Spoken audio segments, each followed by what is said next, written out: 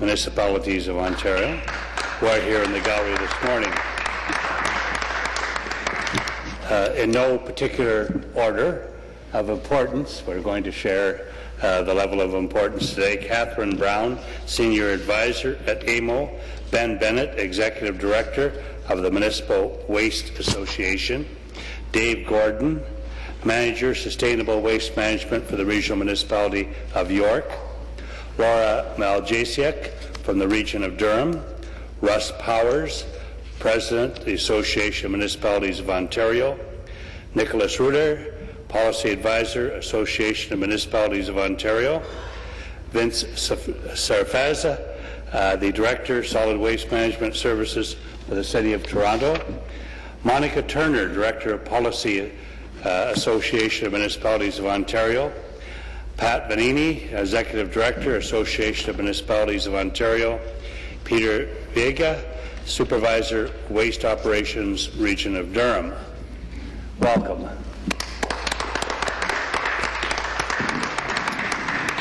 Speaker, in June I introduced this bill as a way forward to break Ontario's recycling logjam, boost diversion rates, and establish a system that encourages the private sector to invest in more recycling and jobs in our province. The central pillar of the Act is individual producer responsibility for the environmental fate of the products that they sell. I would like to take this opportunity to remind the House why Ontario needs this proposed legislation. We know recycled materials have tremendous value as a resource. Hear, hear. In Ontario, we are seeing more and more companies seizing the opportunities recycling presents and boosting Ontario's economy when they do so. Canada Fibers created 100 new jobs when it opened a new recycling facility in Toronto this summer. This plant has the capacity to process more than 60 tons of blue box waste every hour. It is the largest single-stream recycling facility in all of North America. Progressive Waste Solutions opened a new processing plant in Concord that has the ability to process 100,000 metric tons of waste wood, steel, aluminum, cardboard, plastics, and drywall every year from the construction, demolition, and renovation sector.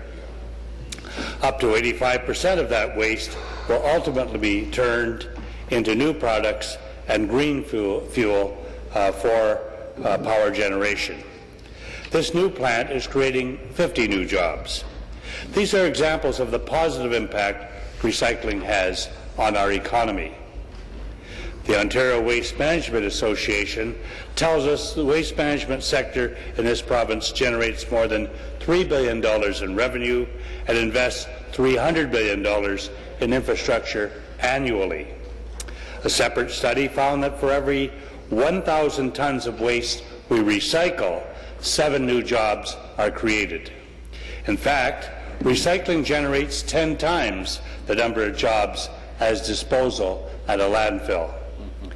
While we are deriving some of the benefits of recycling under the current Waste Diversion Act, we're missing many more environmental and economic opportunities to recycle. Here's the size of the opportunity we are missing without the reforms embodied in the Waste Reduction Act.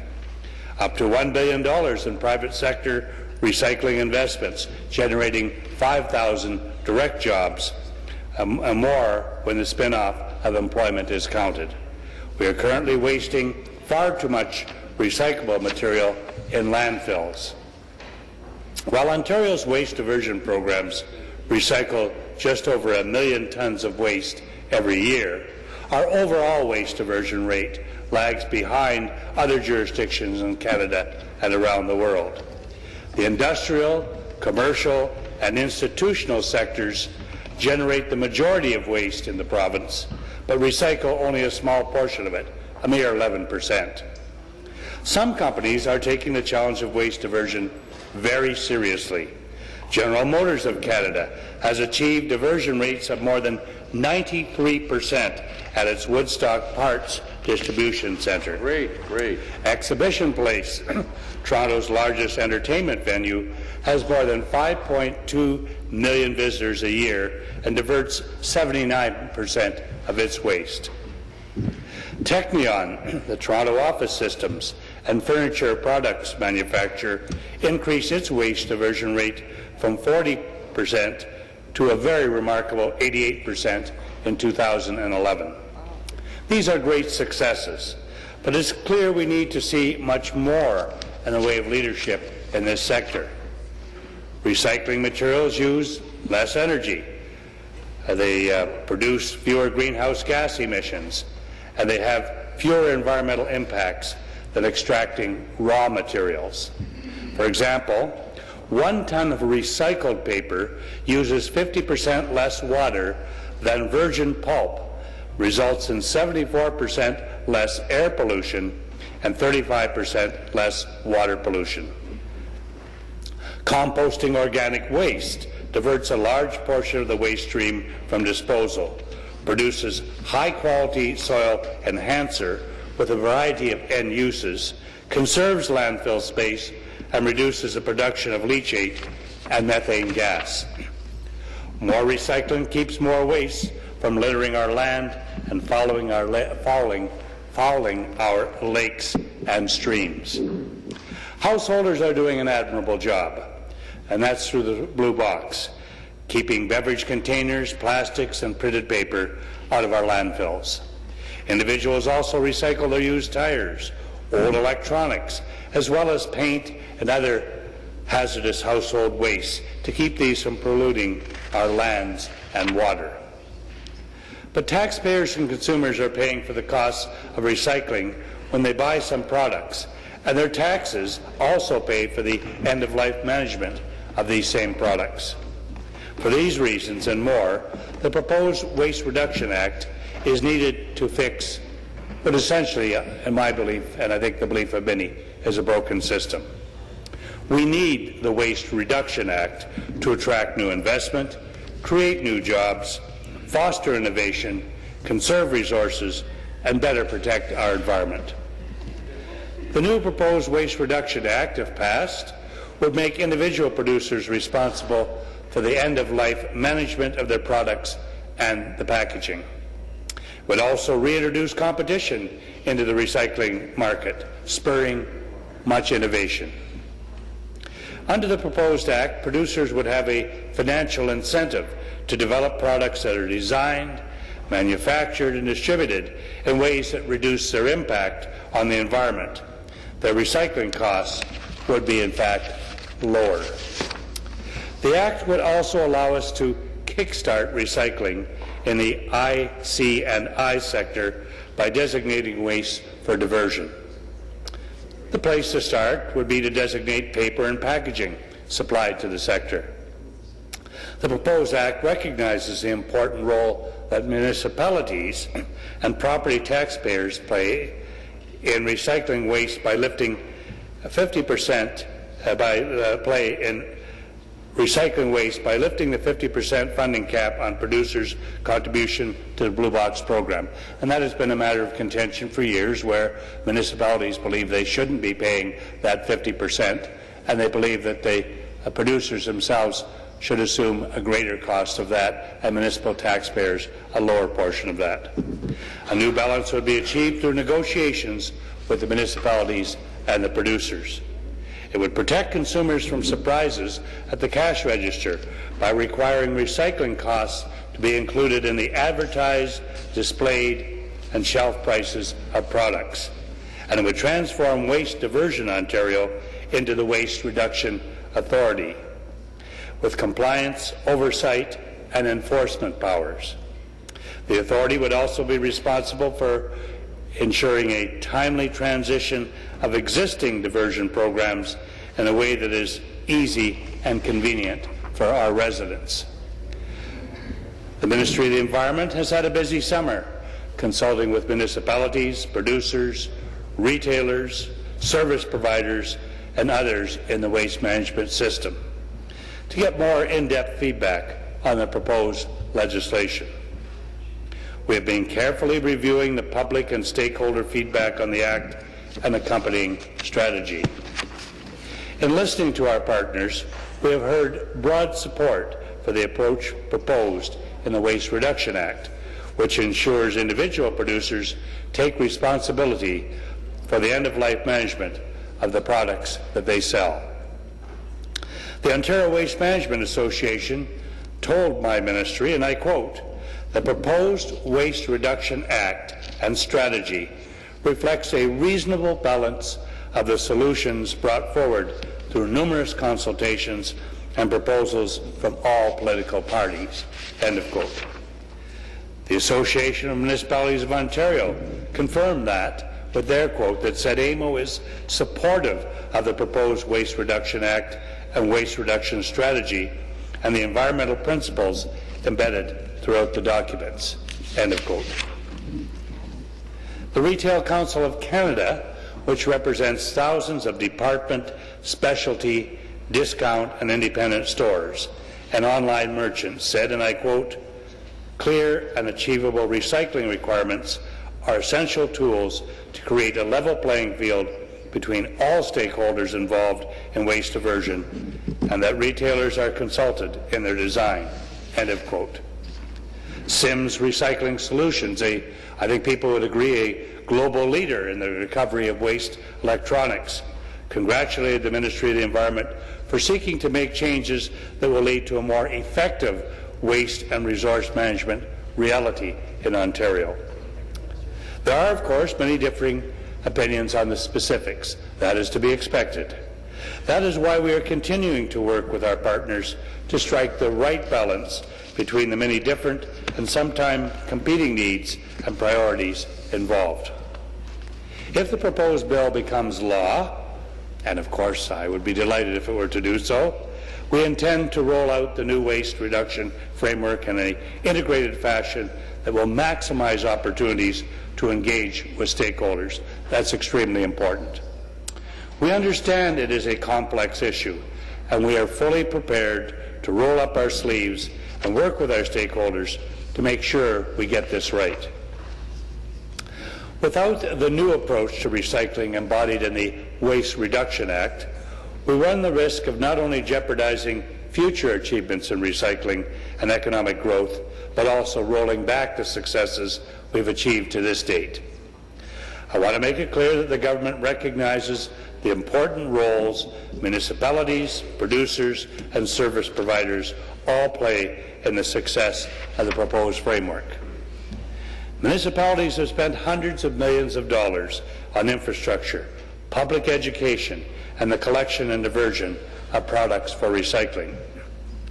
Municipalities are accountable to the residents for the successful delivery of diversion programs in each and every one of their own communities.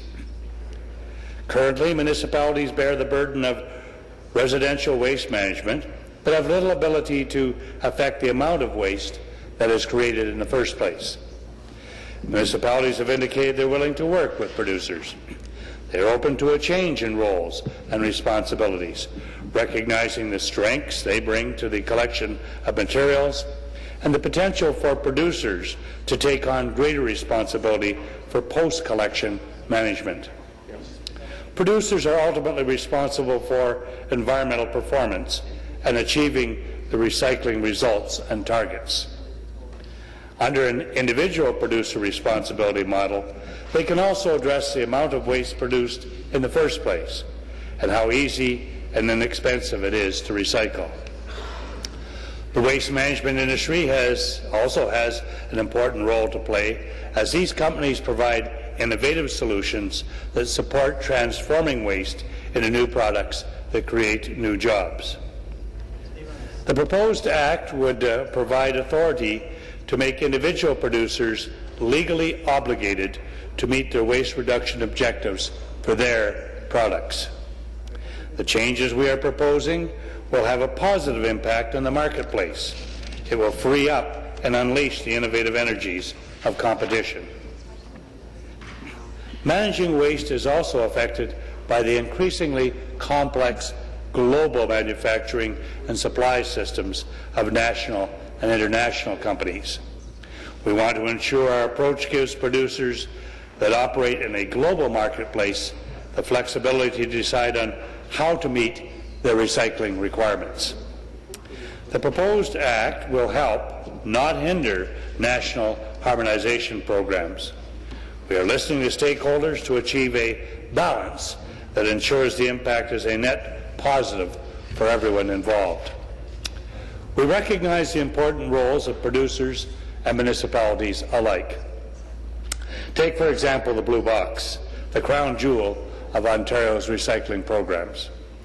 For more than 25 years, producers, municipalities, and service providers have worked together to build the Blue Box into what is today a highly successful program that enables residents to conveniently recycle material that would otherwise be destined for a landfill.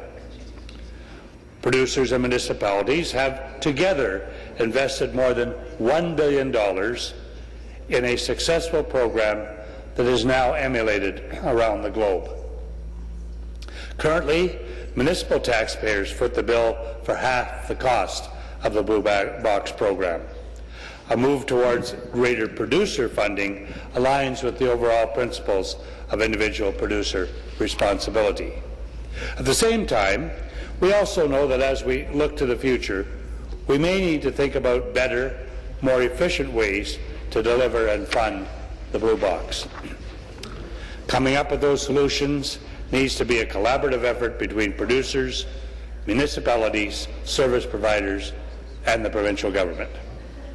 These solutions have to be fair and balanced and reflect the unique advantages and strengths that different stakeholders bring to the table. This may require stakeholders to work together to discuss what, if any, changes may be made to the existing provisions of Regulation 101 to reflect their proposed solutions. I understand producers feel that if they pay more, they should be more involved in how their money is spent and managed. I recognize those concerns. No one wants to write a blank check. I do not believe municipalities are asking for a blank check, and it is certainly not the intention of the proposed legislation to provide one.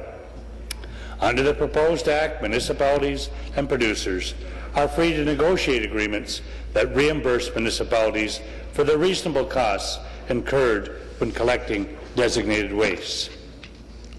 We will propose clarifications to address the concerns we have heard when the bill goes to committee. We will also consider what other changes can be made to mitigate the potential cost impact on producers. My colleague and parliamentary assistant, Phil McNeely, will speak to the Waste Reduction Authority and how we intend to transition to the new model in a few moments. In summary, why do we need to replace the Waste Diversion Act? Well, it has some success in recycling selected end-of-life products, including household hazardous waste, used tires, and electronics. But the successes have been limited by a lack of legislative teeth and enforcement, and unacceptably low rates of recycling in the industrial, commercial, and institutional sectors. We have seen some companies step up, and it's always a delight to do so. Brampton's Loblaw diverts 81% of waste generated by its network of distribution centres and has reduced the number of plastic bags in stores by more than 5 billion, yes, that's billion, since 2007. Unilever Canada, through a combination of source separation, reuse, recycling, and composting programs, send no non-hazardous waste to landfill from its manufacturing facilities and continues to work to design packaging that minimizes material use. Walmart Canada's Canadian stores divert more than 80% of waste, with the goal of recycling 90% of waste by 2015. Despite the best efforts of householders, municipalities, stewardship organizations, and progressive producers and retailers like these, the old system simply is not working.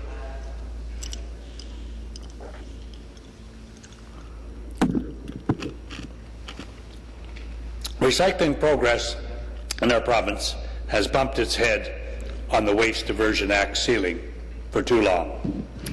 The purpose of the proposed act is to boost recycling and reduce landfill disposal. The strategy of the Waste Reduction Act is to use individual producer responsibility to unleash the innovative energies of competition in the marketplace. Ontario needs the Waste Reduction Act to forge a new partnership between those who make up Ontario's waste sector. The success of our strategy depends on a collective vision and effort to harness the value of waste to create new opportunities, investments, and jobs. Realizing that means building on the strengths of our partners and working together. In this regard, I urge all members to give serious consideration and ultimately support this legislation. When legislation is brought forward to the Legislative Assembly, where we are fortunate to sit this morning and to deliberate on important subjects of this kind, there is an opportunity for all to have input. It was my goal, and the goal of the Ministry of the Environment and the government, to involve as many different sectors, as many different individuals, as many different groups in the development of this legislation. And so there was widespread consultation previous to the bill. I welcome the opportunity to meet with both of the opposition critics, the one for the official opposition and the one for the third party. And I found their input to be of value. They as well would have heard from various sectors the views that might be brought forward on legislation of this kind. And ultimately, I think the bill that we see before us and the strategy paper that went with it both reflected that widespread consultation. It's nice when you're in government to be able to bring forward legislation of this kind, because ultimately government has that responsibility and opportunity. But what we have seen with this legislation is the opportunity for all members of the House who have an interest in it to have brought forward their ideas. And their ideas from time to time are reflected in components of the legislation. We also know that legislation goes through various steps. First of all, we have the introduction of the bill, and normally there is not a debate. Well, there's not a debate and often not a standing vote on that. And it received approval on its introduction. That is routine. Second reading allows us an opportunity to canvass the various issues in a general sense that revolve around a bill of this kind. And we do look forward to some debate in that regard. In a bill of this kind, I think what is going to be particularly significant is going to be the committee stage, where we have the opportunity to hear from the various sectors out there, from individuals, from environmental groups, and so on, that they may have some concerns or recommendations or endorsements of particular parts of the legislation. And so I look forward to that particular aspect of this legislative process. I think this bill is a good bill. Quite obviously, I would not have brought it forward. When I listened to those I talked to, including the opposition critics, I was keen to hear in principle, before the bill came before the House, what their concerns would be, what they felt would be a reasonable component of the bill, what their approach would be. Not all of that is ever going to be reflected in legislation, but I think you can see some of it in this legislation. And so I don't look at this as a bill brought forward by an individual minister, an individual minister's bill or a government's bill. I look forward to it as a bill that is debated by, and ultimately a bill for which all of us in the legislature can claim some considerable credit. And it's a bill that is required. There have been some significant efforts in the past Those efforts have, as I mentioned in my earlier remarks, borne some fruit, but we also see the frustration of it not working as well as it might. In fact, the Environmental Commissioner, Gord Miller, early on when I became the Minister of the Environment, commented on the lack of progress that we have made as a province in diverting waste, and said this would be a challenge that we should be looking forward with. And I appreciated his activity in bringing people together as an independent officer of this House, and bringing people together from various sectors to get their views and to try to forge the best consensus possible at the time. And there were others who played that role along the way. Some of us have also had an opportunity to tour some of the new recycling plants that are out there. And astounding is not too strong a word when you look at what is being done in that sector today. If you had said to me a dozen years ago that we would see the kind of plants that we see out there now, creating jobs, diverting waste, making money in doing so, one might have said, well, that is a lofty goal, but it will not be achieved. We see concrete examples of that, and I believe that we will see more of that in the future. I know that my parliamentary assistant, the member for Ottawa-Orleans, shares my enthusiasm for this particular piece of legislation. Indeed, I've welcomed his input, and he's welcomed the input of others that he has talked to around the province, just as I think all members of the legislature have welcomed the input. We recognize that, as I say, there's some great support. I've read a couple of quotes, but there are other quotes as well supportive of this legislation, and there has been some editorial support across the province for the legislation as well. We recognize when you get down to the details that there are going to be compromises that always have to be worked out.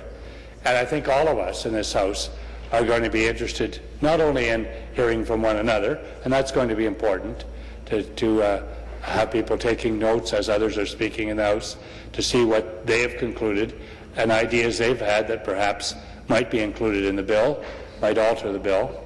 So that's going to be exceedingly important aspect of it as well.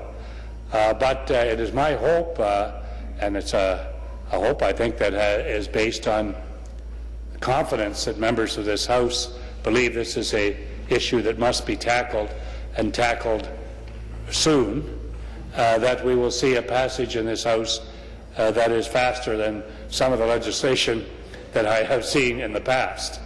And as I say, getting to the committee aspect is going to be exceedingly important. And so I thank all members of this House for their input, Madam Speaker. Those who have written to me, written to the government, have made presentations where there's an opportunity to do so. I think we have an opportunity together to achieve considerable success in this province with the passage of this legislation. I'm never presumptuous. First of all, one is in contempt of the House if one presumes that legislation automatically passes. But in my experience in this House, which has been a few years, I have noted that the most successful legislation is that which is appropriately debated, which has excellent committee time to deal with it, and ultimately is legislation that will benefit the people of this province. And I believe that the Waste Reduction Act is that. Thank you very much. Further comments, the member for Ottawa-Orleans. Thank you, Madam Speaker. I'm honoured to join Environment Minister Jim Bradley in supporting the proposed Waste Reduction Act this morning. Minister Bradley has already set out the main goal of the proposed act: to make Ontario a leader in keeping waste out of the environment by recycling its value back into the economy. Other jurisdictions have already realized the benefits of adopting individual producer responsibility model of waste management. It's time we did the same. We need to work together to capitalize on the innovative ideas here in Ontario. We have an opportunity to open our doors to new investments new factories, and most importantly, new jobs. We're proposing an individual producer responsibility model that is made in Ontario. That means building on the unique strengths of Ontario producers, municipalities, and other partners, and using them to transform the waste management in this province. Today I want to take you through our proposed waste reduction strategy and some of its economic benefits. The strategy is a blueprint for how we could make this approach work in Ontario. As Minister Bradley has pointed out, the success of this strategy depends on a collective effort amongst all partners involved in managing and recycling our waste, producers to processors, service providers, and municipalities, which have been effectively delivering local recycling services for years to our residents. Our strategy is based on achieving 6 key results. Number 1, drive economic and environmental innovation by holding individual producers responsible for waste reduction outcomes. Transform Waste Diversion Ontario into a strong oversight and compliance authority. Use all-in pricing to ensure consumer protection and incent improved product design. Increase support for municipal recycling. Increase the diversion of a wider range of wastes. Transition existing programs in a timely and smooth manner. Today I will focus on the proposed transformation of Waste Diversion Ontario to a new waste reduction authority with more robust oversight and compliance responsibilities. I will also talk about the importance of a timely and seamless transition to the new system. First, the Waste Reduction Authority, or WRA. While there is general support for a new authority, there are some concerns about oversight, the composition of the board, and whether the authority is the right model to ensure compliance with the new rules. We have proposed an approach that includes several provisions and requirements to ensure appropriate oversight, accountability, and transparency. The province would establish collection and processing standards. The proposed WRA would have powers to ensure compliance with the new rules and take enforcement action when necessary. It would provide oversight and compliance of the proposed Waste Reduction Act and oversee existing waste diversion programs until they are transitioned to the proposed act. The WRA would have inspection powers and be able to issue compliance orders and administrative penalties to producers and to other intermediaries that fail to achieve outcomes. The WRA would have a number of key responsibilities, including receiving and storing information from producers, assessing producers' performance, taking graduated compliance and enforcement action against individual producers who perform poorly or don't comply, overseeing integrated pricing by undertaking inspections and taking action against non-compliance, false or misleading representations, advising governments on specific waste diversion issues, facilitating the resolution of disputes between producers and municipalities, developing formula to address municipal compensation, educating the public about the Act, reporting to the Minister and public annually on results. We recognize the importance of maintaining effective oversight of any external authority. That is why we are proposing the following provisions to help ensure accountability and transparency. We would require the WRA to provide an annual public report on results and compliance actions, including the issuing of administrative penalties and how that revenue was used. The Minister could request the WRA to provide advice on specific waste reduction issues and request that the WRA establish advisory councils or processes to seek input from stakeholders on a range of issues.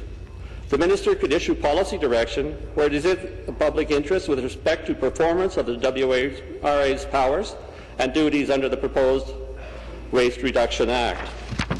The Minister could also require a review be undertaken of the WRA or appointed an administrator under special circumstances, for example, if the authority was non-compliant with the Act, making it fundamentally unable to perform its duties under the Act. We would enable the Auditor General to audit the WRA. We would limit the WRA's ability to engage in commercial activities with related entities unless the Lieutenant Governor and Council makes a regulation authorizing that activity. would require the WRA to provide services and information both English and French. The authority would be independent from the government. Its board may establish bylaws with respect to conflict of interest for members of the board and for the authority's officers and employees. We heard from stakeholders that there needs to be a mechanism to control the authority's costs. We also heard views about whether the authority's board should be skills-based or representative. We'll be considering all of the feedback we've received as we take the next steps with the proposed act. We've also heard many comments and suggestions about making the transition to the new model. What would it look like? How fast would it happen? What happens first, and what will be the impact on consumers and on producers? We would first repeal the Waste Diversion Act and incorporate specific provisions relating to the existing 4 programs and 3 industry-funded organizations into the proposed new act. This would enable the existing recycling programs under the current act to continue until they can be transferred over to the new individual producer responsibility regime. We heard from stakeholders that this transition needs to happen in an orderly fashion to minimize the impact on consumers and support producers as they take on the responsibilities that were performed by the industry-funded organizations. We agree and want to ensure that consumers are always able to rely on accessible and convenient services, so we intend to make this transition gradual. The proposed approach recognizes the challenges that may be faced in transitioning existing waste diversion programs and the potential implications of dissolving industry-funded organizations that were specifically created to develop and deliver programs. The province will help ensure that the WRA works with impacted organizations to mitigate the risks of any interruption to convenient and accessible waste reduction services. We'll also be working extensively with the existing industry-funded organizations, producers, municipalities, waste management service providers, and the public, on how to make this transition as seamless and as efficient as possible. And we will recognize the success and uniqueness of the Blue Box program as we begin discussions on that program, as well as Regulation 101 that sets out municipal roles and responsibilities. We'll also consult on the best timelines for designating waste under the proposed legislation. In fact, as Minister Bradley has noted, we'll be consulting extensively every step of the way. All of the partners involved in managing Ontario's waste have a vested interest in making sure this system works as efficiently and effectively as possible. We are all, as consumers, producers, municipalities, or service providers, accountable for responsibly using the value of our waste to build a stronger, cleaner future for us all. So we all have an opportunity to really change how we deal with our waste. The existing system is broken. I ask all of you to join the Minister to make this a collaborative exercise in making Ontario a leader in waste reduction. Thank you, Speaker. Thank you. Excuse me. Comments and questions. The member for Kitchener-Conestoga. Thank you, Madam Speaker, and good morning. I'd like to take the opportunity first off to thank and welcome the folks from AMO. I will particularly like to thank them for participating actually last week too on the second reading of Bill 73, My Fair and Open Tendering Act. And I'd like to thank you for being here again. I know we're talking about different things today, but I did want to make a special mention and my appreciation on that. Unfortunately, we didn't get it past the second reading hurdle, but we will not give up on that one. And so that brings us back to Bill 91 today. We're on to newer things. I wouldn't say bigger and better things. We are on to newer things. And so today we're talking about Bill 91. It was interesting to note how the Minister did reference our dismal waste diversion rate, 23%. In fact, the ICI sector, which represents a significant portion of our waste in Ontario, hovers at the low teens. And that really was, and has been, for the last 10 years, a stagnant number, and that is a dismal number, in fact, one that I know the minister, former teacher, would say that would likely not be a passing grade should he be marking his own paper. 23% would be a try it again, come back with some better ideas. So ultimately, it's that dismal 23% rate that we desperately need to tackle. In fact, we ship a third of our waste to the United States every year, and I know I've been on the record of saying that we need to really harness the economic opportunity that comes from within Ontario's waste, when we know that that is truly a green economy that we can create. Unlike the green economy that we've seen over the last little while, is actually a job killer. We believe, and a plan that we announced just last November could really harness that economic opportunity. I know I'll have plenty of time to get into the depth of our arguments we look forward to on the next hour that I'll have, and so I'll sit down at that, listen for questions and comments on the initial ministerial remarks, and looking forward to joining the debate. Take care. Excuse me, the member for Davenport.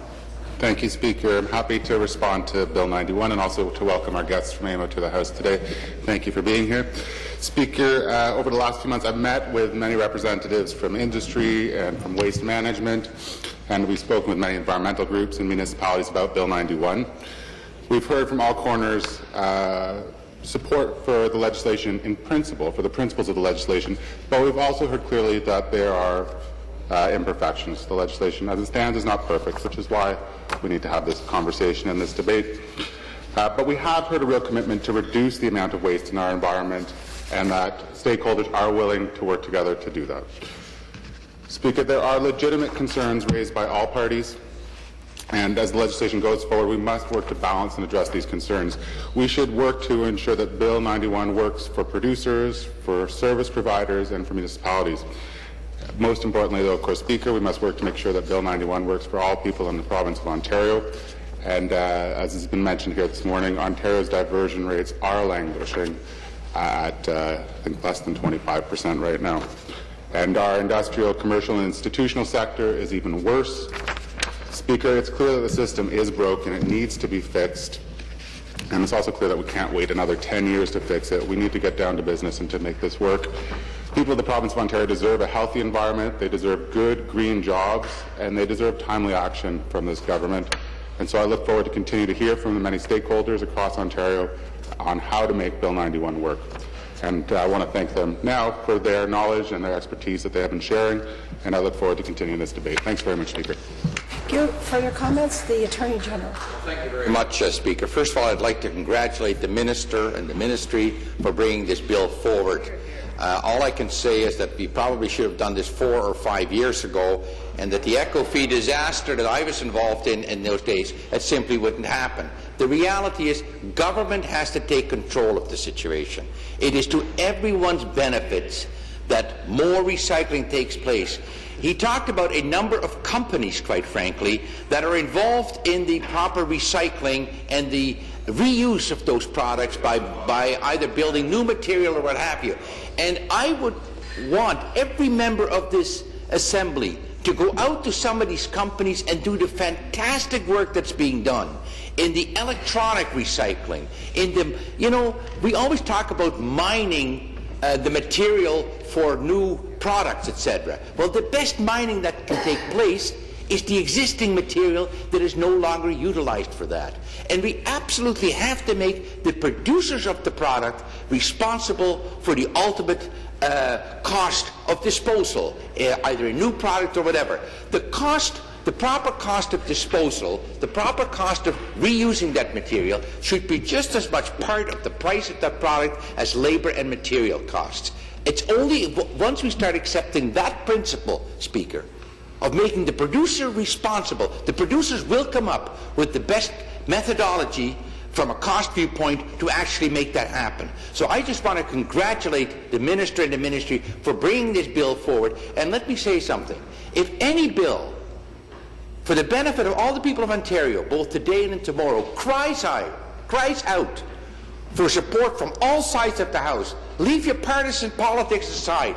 This is a good way to deal with the environmental situation. Support the bill, because it's good for everyone in this province, Speaker. Thank you. The member for Leeds Grenville. Thank you very much, Madam Speaker, and good morning, everyone. I also want to join in welcoming my friends from the Association of Municipalities of Ontario as we debate Bill 91, and I look forward to our critic, Michael Harris, the member for Kitchener-Conestoga, to speak in a few moments.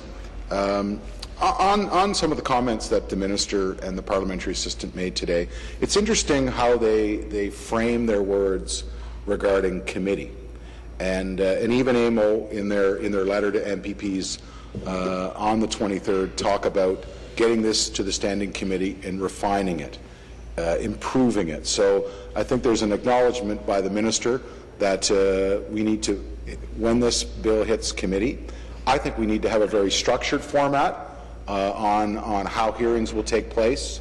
I think if the previous speaker, the Attorney General, talks about cooperation, I think there needs to be a general discussion on how this bill will move forward. I would like to say on behalf of my municipal friends that I was disappointed when the Premier met with our leader Tim Hudak that some of the bills that this government has promised you at AMO would move forward weren't on that list that the Premier gave Mr. Hudak.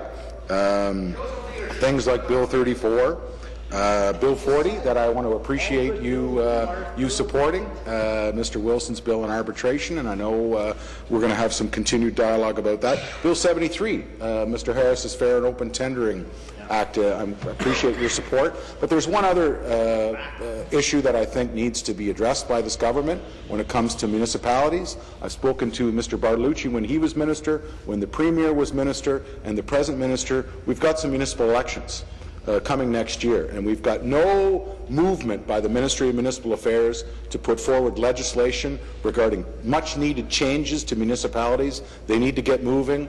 Time is of the essence. Thank you. The Minister has 2 minutes to respond. Yes, Madam Speaker, I am delighted to hear the initial positive remarks of members of the legislature. I think one of the things we determine here is the need for the legislation is something that all of us agree upon. You don't always get that. Sometimes you'll hear in the House, well, we don't need more legislation, we don't need regulations, we don't need policy changes. In this case, I think there's a recognition that in this province, if we're going to make progress in this field, both environmentally and economically, that we're going to have to move forward with legislation that ultimately leaves this House in the form that it does after all considerations have been given. So I was pleased that both the official opposition critic and the member for Leeds Grenville were positive in that fashion, though they did begin to talk about some other bills. I have to hear that. So I'm pleased with that. I think the member for the NDP has really pointed out appropriately we've had a wasted opportunity. Whenever you're sending things for disposal that could be recycled, could be reused, I'm going to say that is a wasted opportunity environmentally and economically, and I'm glad that he raised that as being pretty fundamental. It is always easy to oppose and just take all of the arguments of people who don't like legislation and reflect them in your remarks when you're in opposition. Take it from me, I was in opposition, probably guilty of that from time to time. I think we have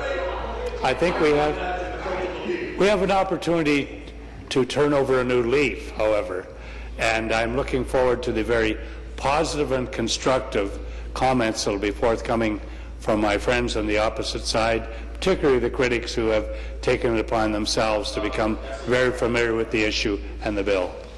Thank you. Further debate?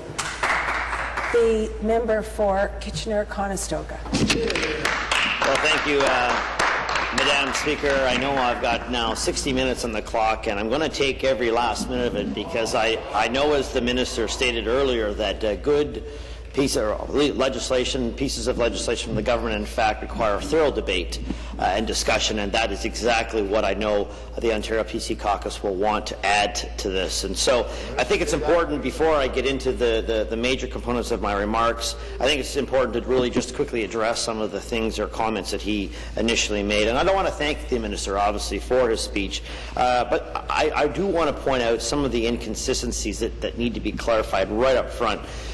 First, the minister said that his bill will introduce individual producer responsibility, or IPR. And you'll hear a lot of acronyms, but IPR will be one of them going forward. But anyone or everyone actually following Bill 91 knows this statement simply isn't true. In fact, first, the bill sets up a convoluted process for businesses to join collectives called intermediaries. After joining, the individual business is no longer held responsible. The intermediary is. So the minister's claim about IPR actually contradicts the very system the bill seeks to set up. Second, IPR would mean, as it has been defined in other jurisdictions, that businesses would be required to actually manage the recycling. Again, Bill 91 does not allow this to happen, and in fact it actually creates a massive bureaucracy to prescriptively manage the entire system. So I would ask that we drop the jargon on the other side, as I'll mention in my remarks coming forward, that a big concern for us is that the bill completely ignores the PC plan for waste diversion that we outlined last November. In fact, it continues Waste Diversion Ontario under a new name, the Waste Reduction Authority. So, Shell game. Same folks, just a new sign at the street.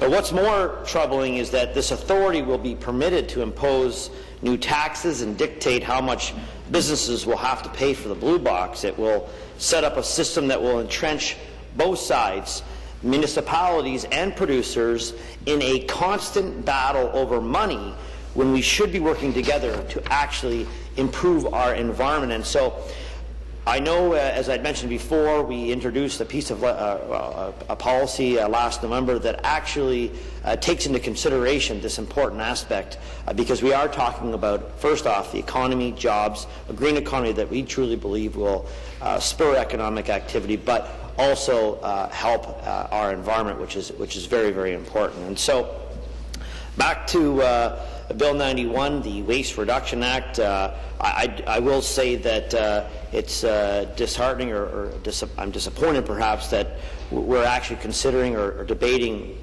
in what I would say a poorly drafted piece of legislation at this time. But for some reason or another, the minister actually thinks he can slap a bill together, push it through to second reading and get it to committee, while doing really no due diligence on the important issues at hand. And I've said, and I'll say it again, that I believe they've neglected the basics. For instance, and I've mentioned this before, he says his bill is about producer responsibility, yet he forgot to define what actually a producer is. I think you can agree that government bills shouldn't really be handled in a haphazard manner in a way that this one has. And I know you also agree, Speaker, that pertinent questions should be answered with facts, not lofty rhetoric and conjecture. Unfortunately, though, we've all heard from this minister up until now is a bunch of tall tales and outlandish claims based on nothing more than really empty talking points, and I know folks are getting tired of that. So I would like to separate some of the spin from the actual contents of the bill that is now before the House, and I would like to point out its pitfalls, problems, and potential for disaster, in which we see there is many for. So I'll briefly outline some of the concerns of the Ontario PC Caucus. I know many of them will want to add to the debate with their comments. Before dealing with our stance on the bill in greater detail later in my remarks. Our first concern is that the Liberals have completely ignored the PC waste diversion plan, which would have provided better protection for consumers, taken greater steps to improve the environment, and harnessed the ingenuity and innovation of the private sector to create good-paying true green jobs. Instead, the Liberals claim to have followed our lead, while their flawed bill reveals that they're really intended to take Ontario in a totally different and completely counterintuitive direction, a direction that involves new taxes. I know they're famous for that. More bureaucracy. Higher taxes. Less accountability. We all know that that's a track record of this current Liberal government. And of course, the continuation of Liberal eco-tax schemes. As a result, we know this bill will be bad for consumers, who will have to continue to pay eco-taxes and will also be forced to pay new taxes, in fact, to fund the Liberals' expansion of its recycling bureaucracy, which you heard of earlier this morning. In fact, we know this bill will be bad for our economy because it allows government to siphon money out of our productive businesses and consumers' pockets in order to subsidize certain industries. We know this bill will be bad for Ontario businesses, which will have to raise prices and at a cost of driving consumers to make more purchases perhaps online or even across the border. We know this bill will be bad for our environment because it focuses more on perpetrating a fight between municipalities and businesses over money rather than setting priorities to reduce the amount of waste actually going into our landfill. We know this bill will not help job creation because the new taxes and red tape contained in it will force a loss of jobs in one sector in order to replace them in a new subsidized jobs in another sector. In short, we know this bill is in fact the wrong direction for Ontario consumers, a wrong direction for Ontario businesses, a wrong direction for our environment, our economy, and our province. And that is why, unfortunately, the Ontario PC caucus does not support Bill 91. Now, I will return to these points and dissect the problems that our caucus sees with this flawed piece of legislation later on. But first, I think it's really important to provide some context for the debate. It's now been more than 10 years since the former PC government took a very bold step forward to protect our environment by passing the Waste Diversion Act, which was designed to encourage Ontarians to, of course, reduce, reuse, and recycle. We took this action not only to increase diversion, but also to help our municipal partners by creating a more stable funding formula for the Blue Box. Unfortunately, the Liberals then used this act to develop new excessive taxation powers and a massive new bureaucracy. We all know it was the Liberal government who took this action and nobody else. Still, that hasn't stopped the now Environment Minister from making up some silly stories. This year, I have in fact heard him and his colleagues repeatedly blame the Waste Diversion Act for the creation of their eco-tax problems. We've been told to forget about the Liberal operatives who devised a way to use the Act to create 3 massive tax schemes that cost Ontario consumers more than $200 million. In fact, that was $200 million a year. It wasn't their fault, they say. It was the Act that made them do it. Of course, any thinking person knows this argument is in fact beyond ridiculous.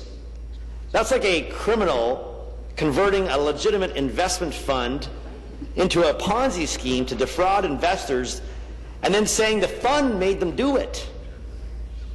Clearly, the criminal used the fund to create the Ponzi scheme, not the other way around.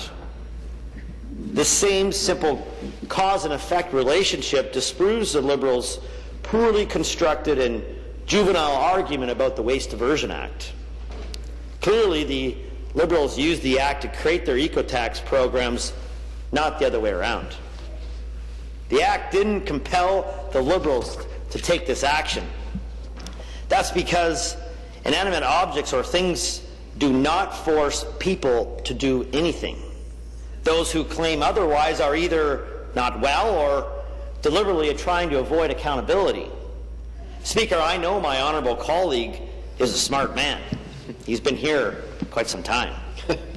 So I think it's fair to assume the latter is true. Not only does simple logic prove this fact, but so does the historical context. As we have seen far too often with the Liberals, they actually avoid accountability wherever and whenever possible. That's because accountability to a Liberal is like sunlight to a vampire. I know we're getting close to Halloween, but I had to bring that in there. As soon as in fact they're exposed to it, There's some garlic. they're destroyed. So they do everything in their power to hide and subvert the truth, Count Bradley. even when everyone knows what the truth is. Can't ask the member to withdraw. You can't impugn motive. I'll withdraw. So, Speaker, I believe this desperation is a sign of the Liberals' failure to properly manage waste diversion in our province. But here's the really troubling aspect of this pattern of behavior in government. When a government is willing to do anything to protect and preserve its own power, everything else, including health care for our seniors, education for our young people, and support for our economy, comes second. This is a picture of the Liberal government in Ontario today and over the past 10 years. And this is the Liberal government that actually wants you to believe that has brought forward a serious bill for our consideration. With such ridiculous claims and deliberate misinformation being peddled as truth, further context on the Liberals' eco-tax history is needed to actually understand how we got to this point, Speaker. A point at which we are debating a bill that is claimed to be reform, but yet is actually taking us backward.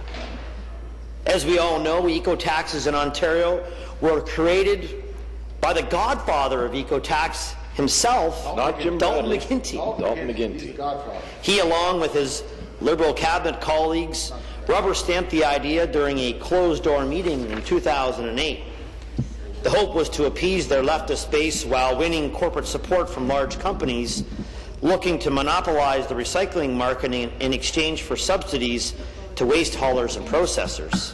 And of course, there was a cut in it for the Liberals. Premier McGuinty and his cabinet, which included the now Premier and the Environment Minister today, decided to move ahead with this taxation scheme, knowing that they could collect double HST on each individual eco-tax charge paid by the Ontario consumer. For years, the Liberals have been embedding millions of dollars of hidden HST charges into eco-taxes, which they then again tax with HST. In other words, the Liberals have been forcing Ontarians to pay a tax on a tax that includes actually a hidden tax. Wild. And the results have been staggering. In fact, the Liberals have secretly collected more than $100 million over the last 5 years through this double taxation scheme. This scheme is just part of their never-ending pursuit to squeeze more money out of the pockets of hardworking Ontarians, all in the name of actually protecting our environment. Back in 2008, during the era of algorithm, the Liberals decided to exploit people's legitimate concern for the environment by introducing the province's first eco-taxes under the Municipal Hazardous or Special Waste Program, also known as the Orange Draw Program.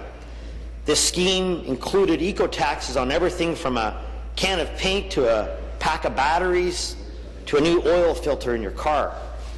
After seeing these levies on the receipts, most consumers were surprised, and many were actually downright angry. Yeah, they were upset. When they tried to protest, they were simply told at the cash register, hey, trust us. Your money is going toward making the world a better place. This was the same argument that was used by the Liberals to sell their carbon tax. Still, many consumers didn't believe what the Liberals were actually saying. As with every Liberal tax scheme, Ontarians knew their money was being funneled through a labyrinth of bureaucracy before a portion of it was eventually used for the stated purpose of the program. And I don't need to remind you of some of those programs. One would suggest the health tax or health premium is a good example of just that. So consumers actually began to voice their frustration. But to their dismay, the Liberal minister responsible for consumer protection was actually silent. Which one of her main roles, her actual major responsibility as a minister, is actually to protect the interests of consumers. And what's worse, she let the former environment minister, which I know just left moments ago, spend week after week, month after month, and year after year working against consumers by defending eco-taxation at all costs. So over and over again, he would tell reporters and the public that eco-taxes are just the cost of dealing with waste. Although most Ontarians hated these taxes, the overall protest was quiet enough to let the Liberals feel confident that they could move ahead with even more eco-taxes. So they did. In fact, in 2009, the Liberals introduced a new round of eco-taxes, this time for their e-waste program that was established under another Liberal regulation for waste electrical and electronic equipment. With this scheme, the Liberals not only introduced eco-taxes on everything from iPods to TVs to computers, they also set up a new unaccountable recycling monopoly called Ontario Electronic Stewardship, or OES. This recycling monopoly, or what the minister would like to call a cartel, derives its powers from Regulation 393/104, which was established, in fact, by the Liberals. Under this corporatist system, OES takes money from consumers and doles it out to a select group of recycling companies that haul and process the materials. Last year, I pointed out that this system was on the verge of financial collapse, while the program itself had actually achieved little to no results. Instead of trying to balance the books, OES tried to justify its existence by attempting to boost waste diversion through increased subsidies to recycling companies. The scheme was simple. The more free money they got, the more materials they would collect. At no point in time did the Liberals raise any concerns about how these eco-taxes were actually affecting consumers. They just continued to sanction OES's activity through, publicly they stated, to distance themselves, in fact, to the system. Still, because OES knows the Environment Minister will approve whatever eco-tax increases they ask for, they continue to hike costs for consumers to provide even more lavish subsidies to the recycling industry, no matter where the materials were coming from. In fact, it even has gotten to the point at which recycling companies are actually importing materials from other provinces. True story. That means Ontario consumers are subsidizing recycling for other jurisdictions. As a result of receiving what seems to be an endless stream of money, recycling companies have become addicted to OES's free cash. This system couldn't be anything more than an anti-free marketplace. It has stifled competition and limited the ingenuity and creativity of individual companies. So it's not hard to see why it didn't take long at all for costs to skyrocket. Any guess as to how much eco-tax revenue OES collects? I know you won't be able to respond, but I'll tell you. It's $90 million a year. Wow. I think if more Ontario consumers knew that the $40 they have to pay for an eco-tax each time they buy a TV is going to bankrolling a $90 million organization, they would be outraged. Unfortunately, Bill 91 does nothing to correct this situation and actually continues the Liberals' e-waste program along with all its anti-free market policies. And I know I have just a few minutes left, but I think it's important to move on to the tire tax program that I know a lot of our agricultural partners in Ontario were extremely disappointed about earlier this year, the tire tax program, which the government created for no other reason than they wanted to help some more of their buddies set up another recycling monopoly. They did this by establishing Regulation 8403, which actually gives Ontario Tire Stewardship the power to impose massive eco-taxes on all sorts of tires. Of course, only after the minister has signed off on them. The Liberals went ahead with this unnecessary recycling program a few years ago, even though more than 90% of tires were being diverted from landfill under a free market system that worked. The old system was achieving great results for the environment at a low cost to businesses and consumers. Yet, in spite of this success, the Liberals thought they would try to improve their tire recycling rate by a couple of percentage points while charging consumers tens of millions of dollars to do so. In fact, since 2009, tire recycling costs have soared as the Liberal bureaucracy has rapidly expanded. Just think that today Ontario Tire Stewardship now has a budget of $70 million. And the redistribution of wealth in this system is even more convoluted and actually involved forcing consumers to subsidize the recycling of off-the-road tires. And I guess I'll end there for now, because I know we have to break the question. I'm looking forward to resuming the next opportunity we have to speak to Bill 91. Thank you. The time has passed for this session, and so we are recessed until 10:30. That's it. I had